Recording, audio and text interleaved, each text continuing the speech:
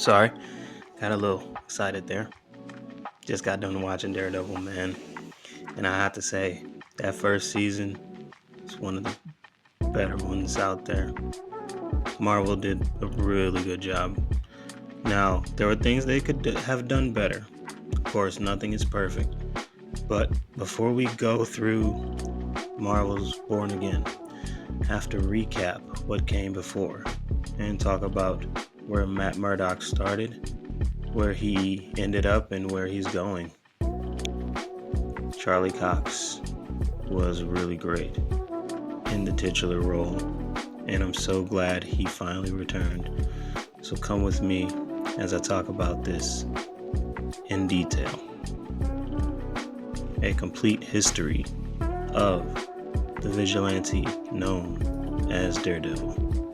So yeah, here's a comprehensive and detailed history of Matt Murdock as Daredevil.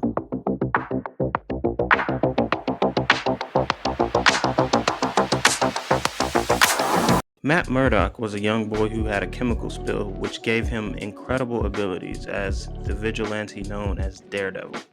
By night, he stalks the killers and villains of Hell's Kitchen, but by day, he is a mild-mannered lawyer who tries to help those wrongfully accused with his friend Foggy Nelson.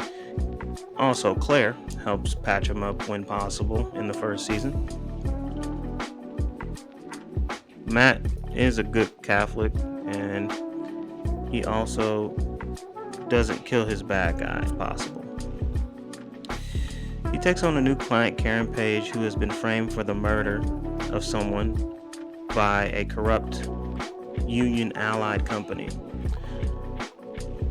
We then see Wilson Fisk meet Vanessa, an art dealer who he develops a relationship with over the course of the first season and becomes infatuated with.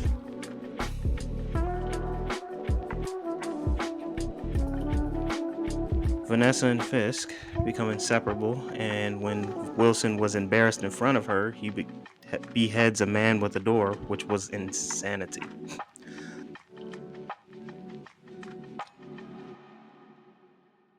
Foggy and Karen then use their lawyer abilities to capture Wilson, and on Wilson's way to prison, he is then confronted by the vigilante known as Daredevil in his full costume.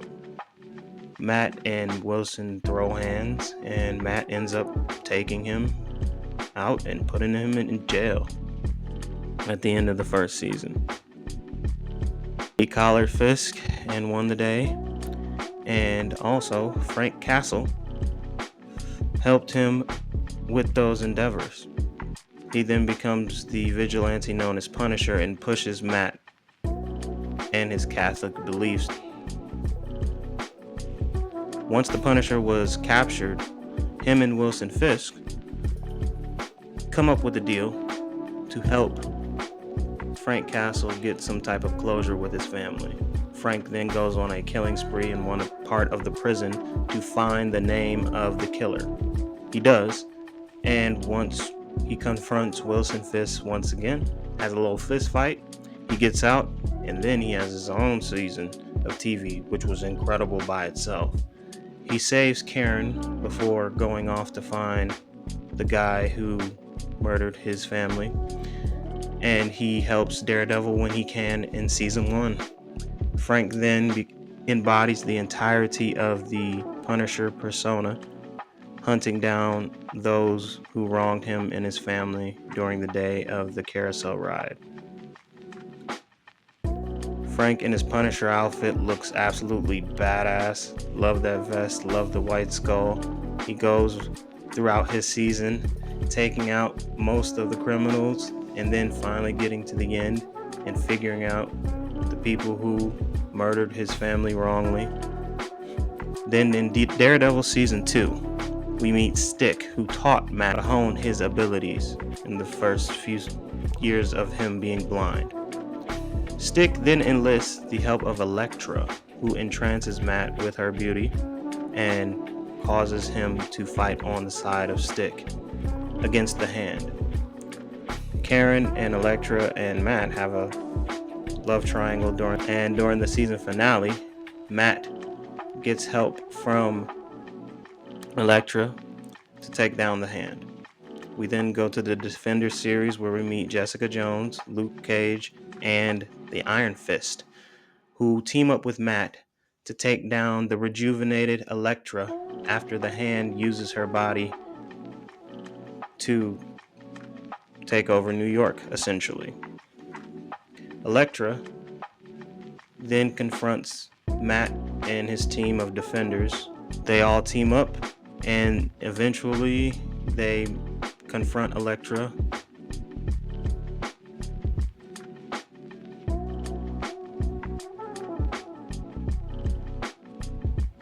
Underneath the Hand building, Matt and Elektra fight.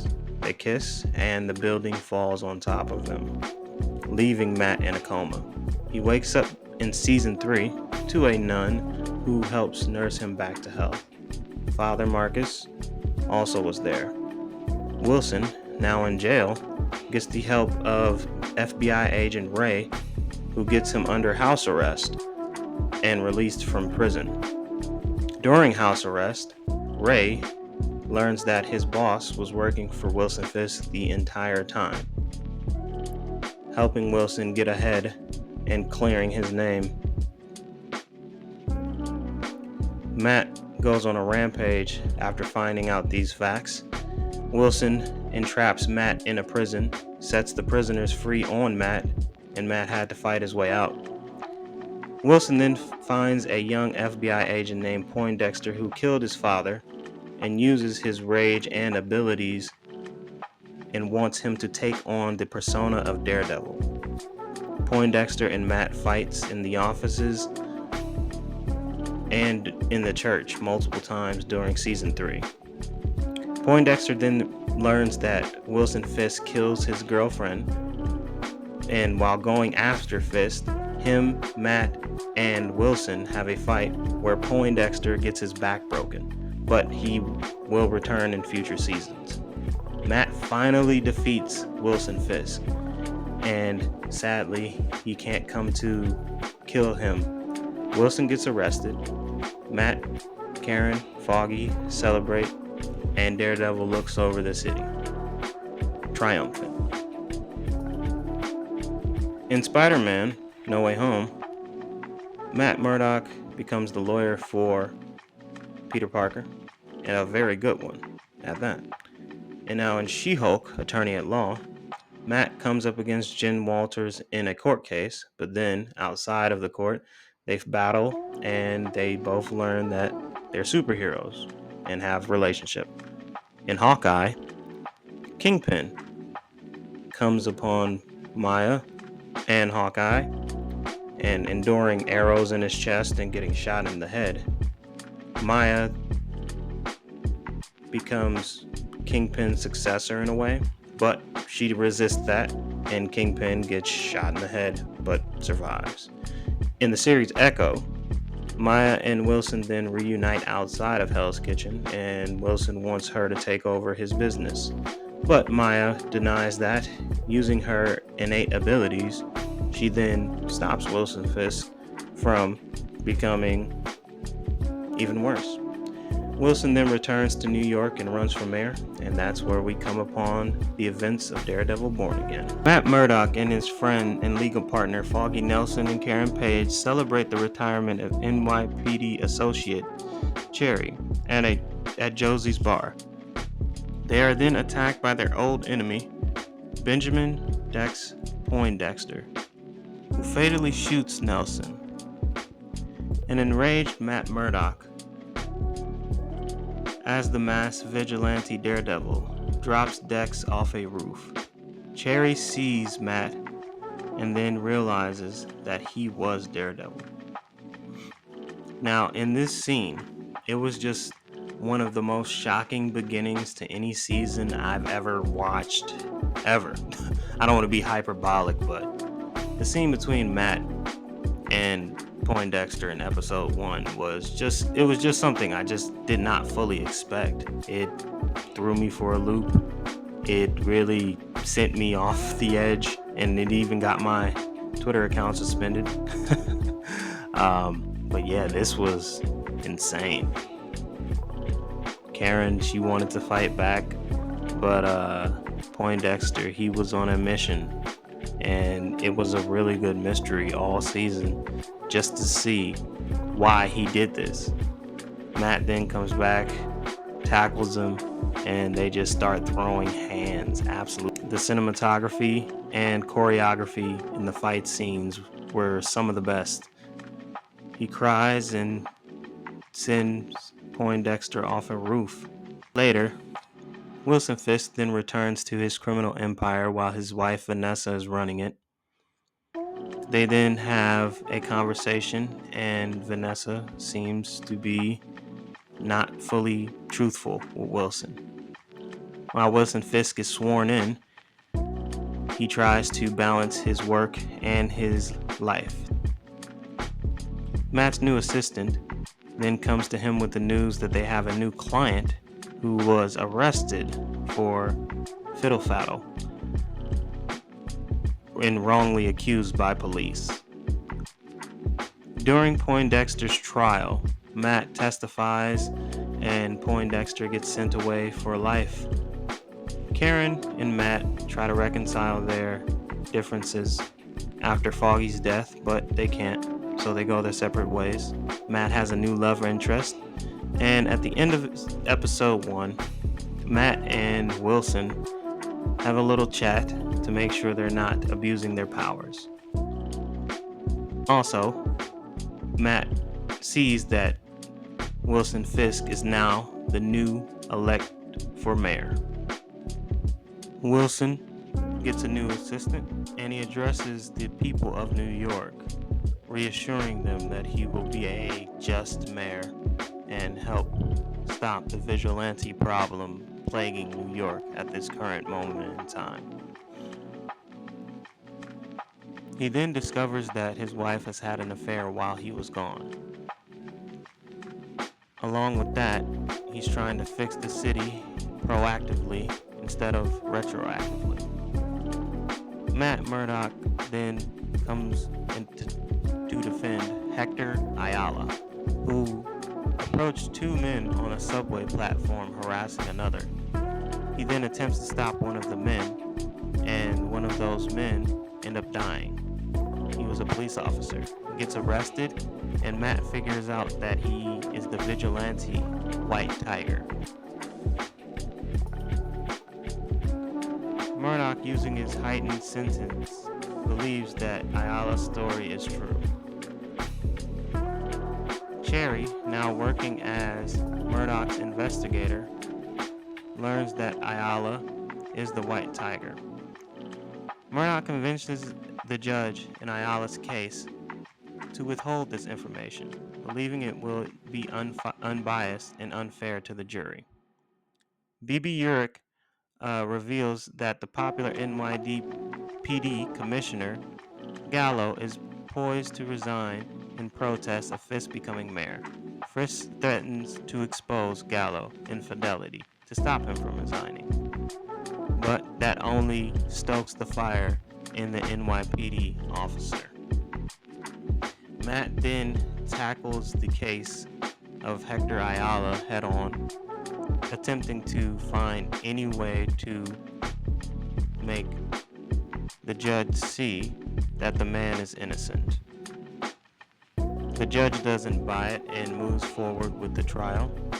Meanwhile, Vanessa and Fisk goes to Matt's girlfriend for relationship counseling. Matt then heads to one of the defendant's house to hopefully defend him, but too late. 2 NYPD officers come along, and Matt, trying to bottle away his Daredevil persona, finally lets it loose, if only for a little bit, and he went off in this fight scene.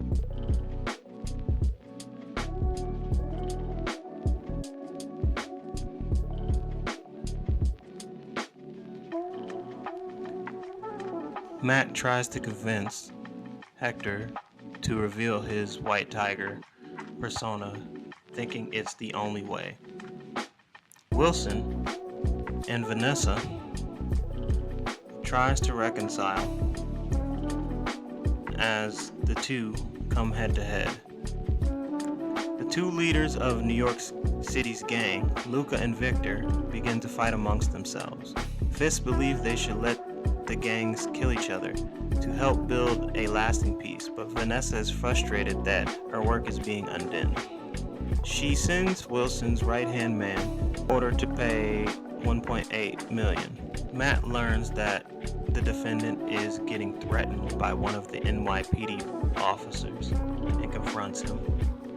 But while the officer was testifying, he paints Hector in the worst light possible, as a cop killer and a murderer.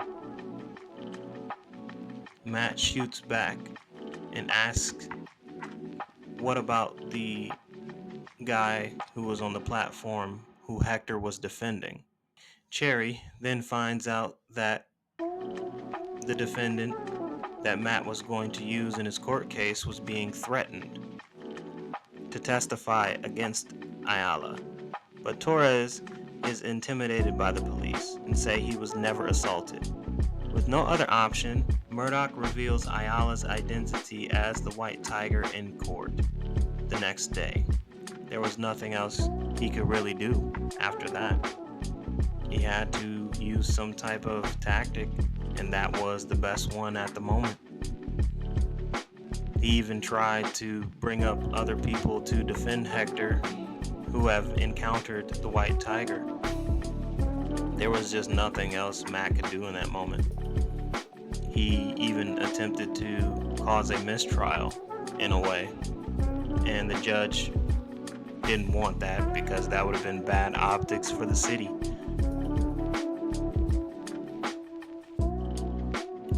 Matt tries to have character witnesses come before the jury, and that somehow works. Hector is exonerated and set free. Police officers did not like that though, after he was found not guilty. Wilson, seeing this as a loss, sets one of his task force to take care of the White Tiger if needs be, and that's exactly what happens. As soon as the White Tiger puts his mask back on, he's taken out immediately in a no-nonsense way. Wilson Fisk, he really did not come to play with this task force.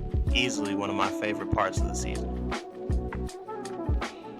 Matt's then confronted by Ayala's niece, Angela D. Torres, who believes the police are responsible for Ayala's murder. Daniel then tells Bibi, who reports that Fisk is under a union buster. After that, then we cut to different people in New York giving their takes about Wilson Fisk, which was a cool touch to this season. I really liked that they had an eye on the ground. Wilson then figures out what Blake did, and despite his anger, he wanted him to express his deep loyalty as appreciation. Investigating, Matt then finds out that one of the officers are using bullets with the Punisher's symbol on it. Matt then goes to approach Frank, and they have a heartfelt conversation about Foggy's death, and it honestly was one of the better scenes in the show and one of the best scenes in Phase 5 or Phase 4. They had an honest heart-to-heart talk that hit me in the feels. It was really good. Frank, man, when he said that, it was crazy.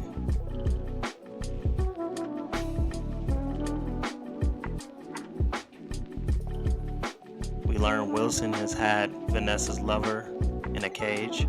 Muse starts to make his move with his blood paintings. And after that, Matt reassures Angela that he'll find who did this. On St. Patrick's Day, Matt Murdock goes to New York Mutual Bank to discuss a loan for his law firm. During that, everyone was taken hostage, and they worked for Luca and are attempting to steal the $1.8 million needed to pay Victor. Murdock hears them and returns to the bank. When he arrives, Devlin talks with the hostage negotiator, and Murdock takes out two of the robbers while Khan stalls for time at the bank vault. And of course, he's a really good lawyer. You gotta remember that. Murdock opens the bank vault and finds a rare diamond that the robbers are targeting. Murdock pretends to give the diamond to Devlin and as the police enter the bank. Devlin gives the parcels to an accomplice amongst the hostages who later then realizes that she doesn't have the diamond. Devlin disguises himself as a police officer and attempts to leave, but then is caught and injured by Murdock in a great fight that was just absolutely spectacular. Like, all the fights this season and the choreography have gone absolutely ham. Like, they have done a really good job. And him and this police officer going at it, almost slammed him. Oof. Yeah, Matt was pretty good. Coming back, glass to the face, drop kick, boom, right there. And yeah, that was an exciting episode, and easily one of my favorite out of all of them. It was just really nice to see Kamala Khan's father, and he leaves him with a little gift, which was really nice, the jewel. Mew's bloodlust continues to grow. Wilson eats dinner in front of his captive.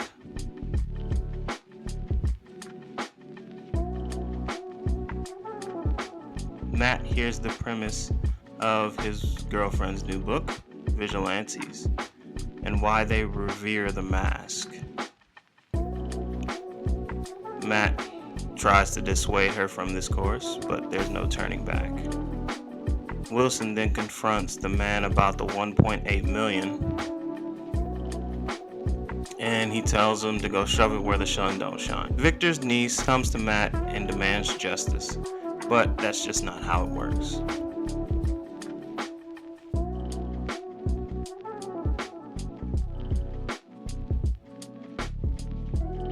Wilson then uses his pull as mayor to initiate this task force to take out Muse. Cherry then comes to Matt with the information that Muse uses more of his victims for his sick murals. Muse then takes out and kills two women together and creates a task force of the NYPD's most corrupt officers, pulls them together and have them hunt down and stop vigilantes from operating inside of New York with impunity. Some of the officers look like they're actually excited to take out vigilantes, and Wilson sends them to hunt Muse.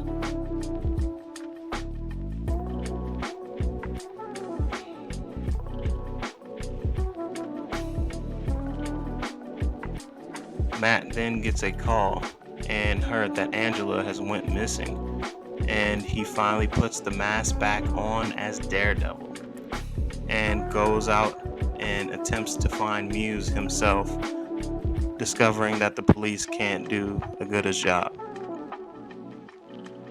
Muse then takes Angela to his lair and prepares her to get her blood siphoned for another one of his sick, twisted murals. And may I say, Muse has been a great side villain / main villain for this season. Like, he's very unsettling, and he's creepy in his movements, in his ideology, in his everything, really. Just, he is one really creepy guy, and he was one of the better choices that they made for the show. Wilson, in his manic episodes, goes to his wife's lover and presents him with a choice. You can pick up the axe and attempt to fight your way out, or you can just, live here and live out the rest of your days. He's not wrong. I would have fought too. Very, very intense fight. I honestly didn't think Wilson was going to give him a chance at all to even attempt to do anything. But with an axe in hand and the opportunity for him being free at his feet, he assumes, you know what? Why not? I think I can make it out of here.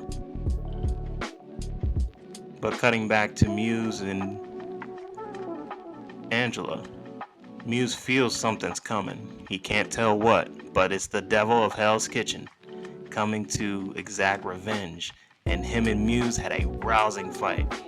We come to learn that Muse is a Taekwondo master later in the season. Woo, that flip was nice. Daredevil tries to help Angela, and then we cut back again to Fisk attempting to fight his captor, and then back to Daredevil versus Muse, just straight up throwing absolute hands. This was a satisfying fight. Wilson takes the axe from his fighter, and then it's just straight up one-on-one hands.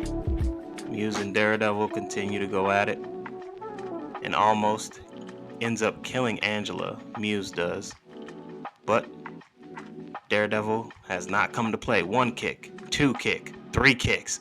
Matt ain't feel none of that. Get back.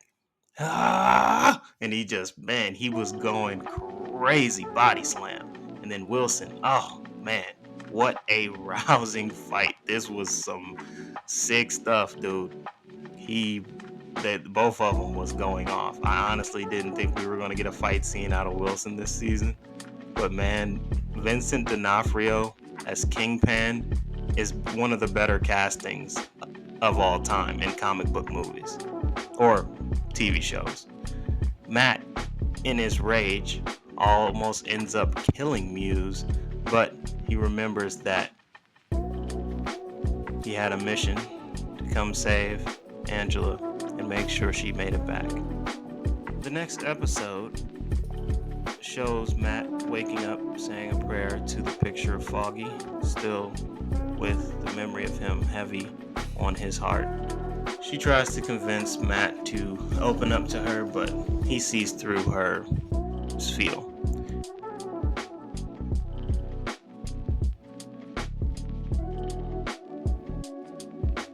Cherry confronts Matt and attempts to make him see reason to have the police handle this instead of him, but no dice.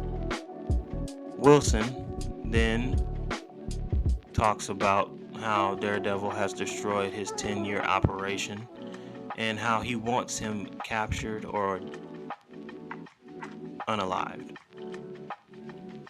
He tells his new assistant to use his connections. Angela wakes up and regales Matt with the story of her capture. Vanessa then goes to Luca and attempts to betray Wilson, help Wilson. I really didn't know. This was a good misdirect, and I like the way they wrote Vanessa's character this season. The psychiatrist then invites Muse into her office, not knowing that he is the killer, but during their conversation, he slowly unravels who he is to her.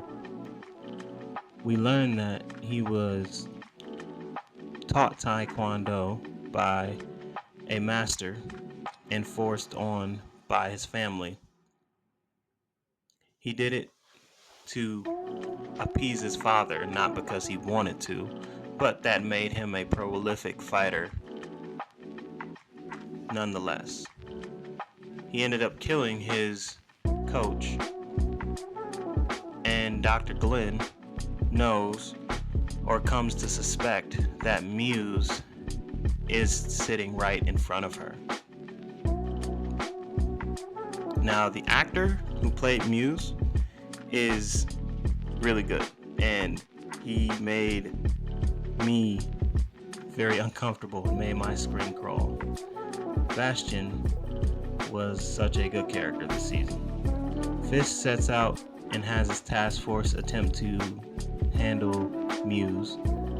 Matt finds Muse's paintings and figures out he's targeting Dr. Glenn.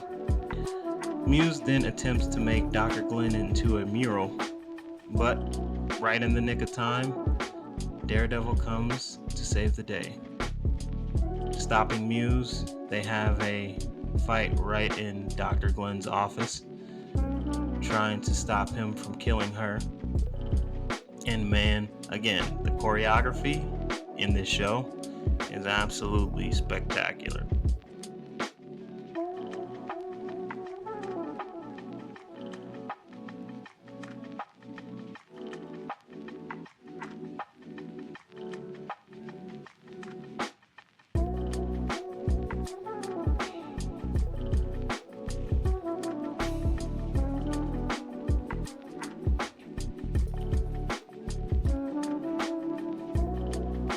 Muse then takes his knife and attempts to attack the doctor one more time, but Matt stops him.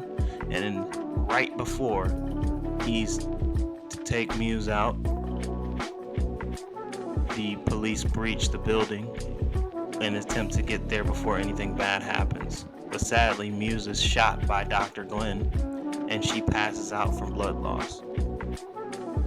The NYPD task force that Fisk sent were a little bit too late, but when they get there, they realize Daredevil was on the scene, but Wilson Fisk has the task force take the credit.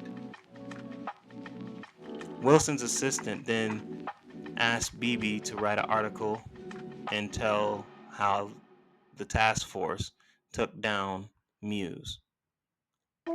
Matt goes to Dr. Glenn in the hospital and consoles her to the best of his ability.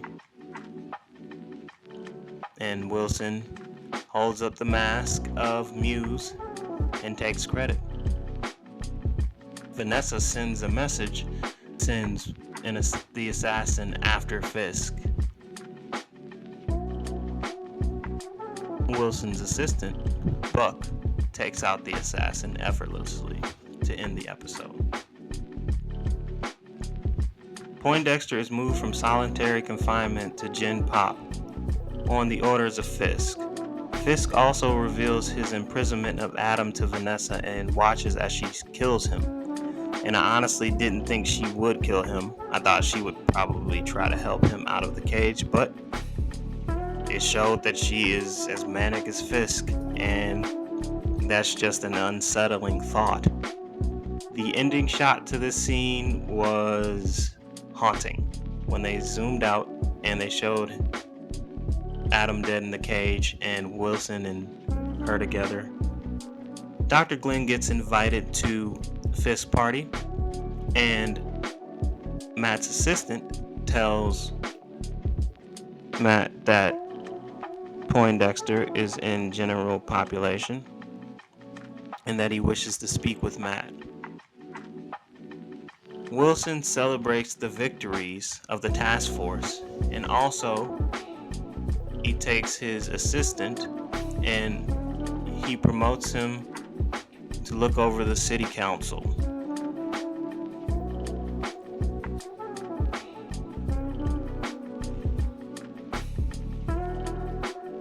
Matt gets confronted and he heads to Josie's bar, where he looks for clues on Foggy's death and trying to connect all these points together. Cherry confronts him and tries to make him see reason, but that also, in that moment, it helps Matt get a moment of clarity about Foggy's death. He figures out that Foggy was close to the truth on a court case he was working on, and someone didn't want him to get that close. Matt confronts Poindexter, bashing his head in, demanding to know if it was Fisk who sent him to kill Foggy.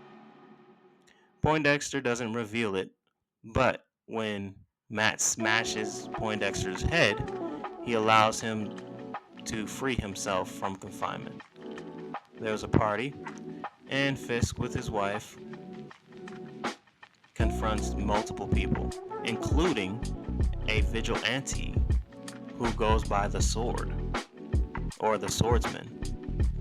Fisk reveals his identity in hopes of getting him as an investor, and the party continues on. Poindexter escapes prison using one of the guards' uniforms as cover,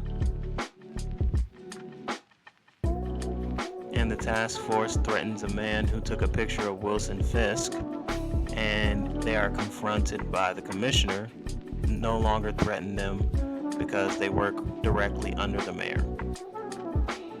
Matt devises a plan to confront Vanessa about Foggy's death, and at the same time Wilson is just about to reveal Matt's identity to Dr. Glenn when Poindexter aims and shoots at Wilson to possibly kill him.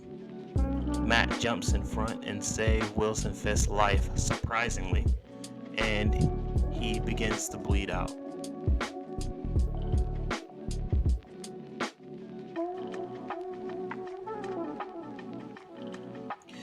During episode 9, Vanessa then comes to Poindexter in order to have him kill Foggy Nelson before he ruins her plans. Fisk then contracts one of his assistants to go and take out Matt at the hospital, but fortunately, Matt escapes before the assistant can come to take his life. He escapes to his old home and finds Frank Castle in the darkness trying to make coffee. And of course, those two together are always awesome to see. Easily one of my favorite duos. He calls him Nightgown Man, which is absolutely hilarious. He asks him why he would take a bullet for Fisk, and Matt himself doesn't even know, but I like to attribute it to his good-natured behavior. The task force comes to take down both Matt and Frank, but the task force gets taken down themselves. Man, this was one of the crazier scenes in the season as well. Matt manages to literally kill no one, but Frank said, "You know what? I'm the Punisher. I'm not doing that." And Matt attempts to stop Frank while taking down the police and injured. It just doesn't work. Karen comes to pick up both Frank and Matt when the apartment blows up. Karen reveals that she's in a relationship with Frank. I don't want to say, but Wilson's assistant then threatens the city officials, and the police then declare martial law on its citizens. Wilson then wants them to stay inside on a curfew, and we then learn that Vanessa was trying to make a free port to allow without customs or taxation. The Punisher confronts the task force that looks up to him as a somehow war hero. They then confront him and end up in a fight. Frank takes multiple lives and takes a lot of bullets, but in the end he ends up captured by the task force. They wish for him to join them, but Frank decides not to and ends up imprisoned at the end of the season, but we will come back to him before the recap is done.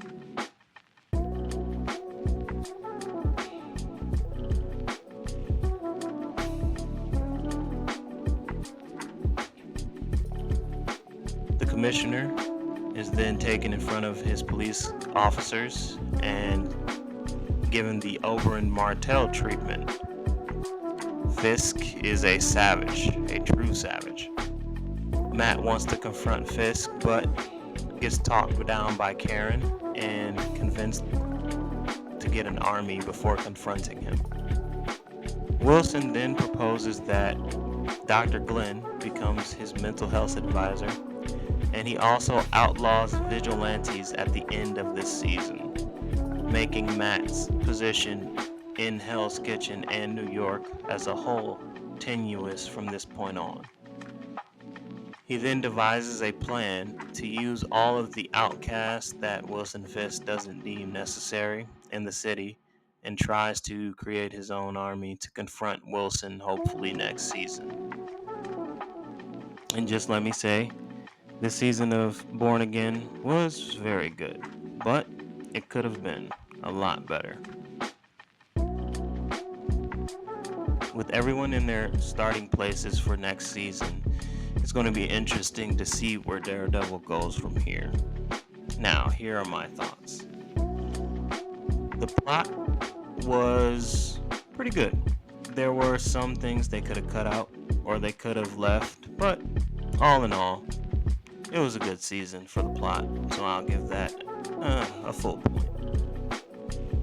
The characters, of course, we love seeing Daredevil back again, and his progression from wanting to change his life to knowing he just can't leave the mask was great to see. And of the other characters throughout the season progressed well as well, so a full point to that. Cinematography was well shot. The choreography had great action scenes, and the settings were well placed. I love New York as a setting, and I really can't wait until we see season 2. So full points for both of those. Themes and ideas. Keep fighting even in the face of defeat, and Matt, he just never gives up, man. Relentless. All in all, it was a decent season. Could have been better. Could have cut some storylines, cut some things down, but all in all, a total 9 out of 10 for this season of Daredevil. I really enjoyed it. Well, that's all. Just wanted to recap Matt's entire journey as Daredevil. And if you guys could, follow all the socials, turn on notifications, leave a comment if you can. Tell me what was your favorite season, or what was your favorite part about this season of Daredevil. Alright, till next time, Anime Senpai Zero out.